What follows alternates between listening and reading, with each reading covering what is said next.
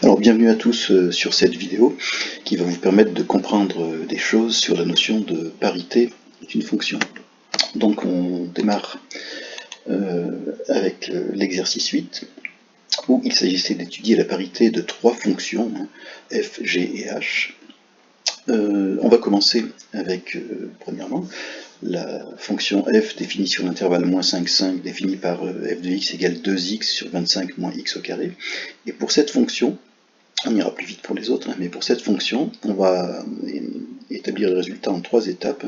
On va émettre une conjecture graphique, on va émettre une conjecture numérique, et on va enfin démontrer rigoureusement pour tout x. Alors, concernant la conjecture graphique, voilà, j'ai représenté grâce à GeoGebra la courbe de la fonction f. Vous pouvez le faire évidemment avec vos calculatrices en utilisant une fenêtre convenablement choisie. Et puis, voilà, la courbe est là. On s'aperçoit qu'il y a un centre de symétrie, et que ce centre de symétrie, c'est le centre du repère. Donc on va pouvoir émettre la conjecture que la courbe représentative de f admet l'origine comme centre de symétrie, et que donc f est impair. C'est une conjecture graphique. En ce qui concerne la conjecture numérique, il va falloir démontrer, puisqu'on conjecture que f est impair, il va falloir démontrer que pour tout x appartenant à moins 5, 5, f de moins x égale moins f de x. Je vous renvoie à la partie cours pour cette définition de la parité d'une fonction. Donc toujours avec notre fonction définie par 2x sur 25 moins x au carré. Alors on va par exemple prendre x égale 4, et on va calculer f de 4. Donc on remplace x par 4, 2 fois 4 sur 25 moins 4 au carré, et on va obtenir 8 neuvièmes. Et puis on va calculer f de moins 4. Cette fois-ci on remplace x par moins 4, donc 2 fois moins 4 sur 25 moins 4 au carré. Je rappelle que le carré de moins 4, ici, est égal au carré de 4, ça va donner 16. Et donc, après simplification, on va obtenir moins 8 sur 9, c'est-à-dire moins 8 neuvièmes. Et on obtient bien que f de moins 4 égale moins f de 4. f de moins 4, c'est moins 8 neuvièmes.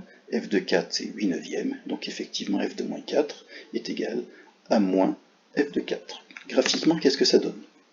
Ici, j'ai 4. Je regarde l'image de 4, c'est-à-dire f de moins 4. D'accord, f de moins 4. f de 4, pardon, est ici. Et puis, maintenant, je prends moins 4 et je regarde f de moins 4. f de moins 4 est ici.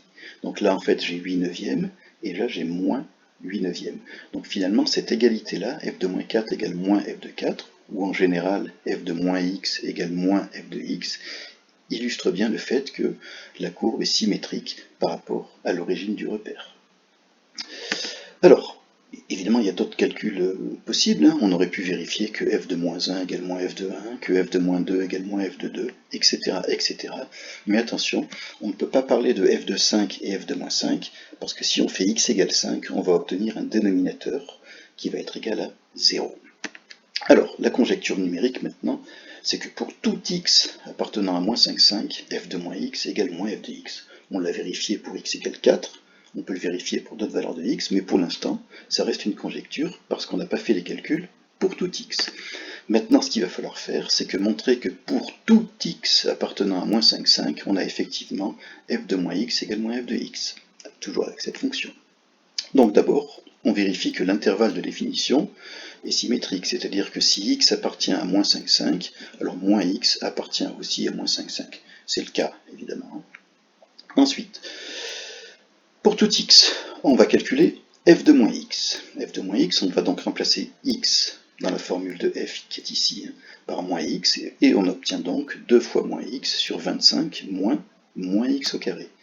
2 fois moins x, on peut écrire ça moins 2x, et puis 25 moins x au carré, le carré de moins x est égal au carré de x, donc 25 moins x au carré, et donc on obtient moins 2 fois x sur 25 moins x au carré, c'est-à-dire finalement moins f de x.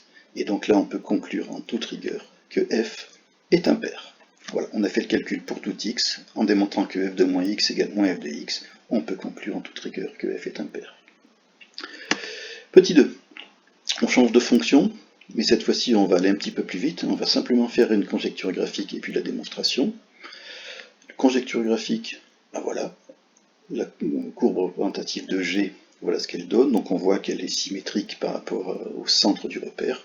Donc on conjecture que G est impair. Le calcul. Donc on commence par vérifier que si x appartient à R, alors moins x appartient à R. Évidemment c'est le cas. Et donc on fait le calcul pour tout x appartenant à R. G de moins x, on remplace donc x par moins x dans l'expression de G qui est ici.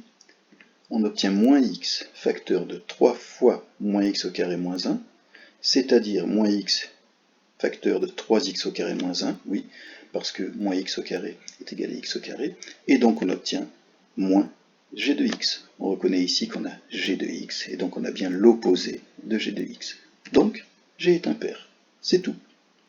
Petit 3. Pareil, avec cette fonction définie sur une réunion d'intervalles, moins l'infini moins 3, union 3 plus l'infini, on va faire une rapide conjecture graphique, et puis la démonstration. Conjecture graphique. Voilà la courbe représentative de la fonction h.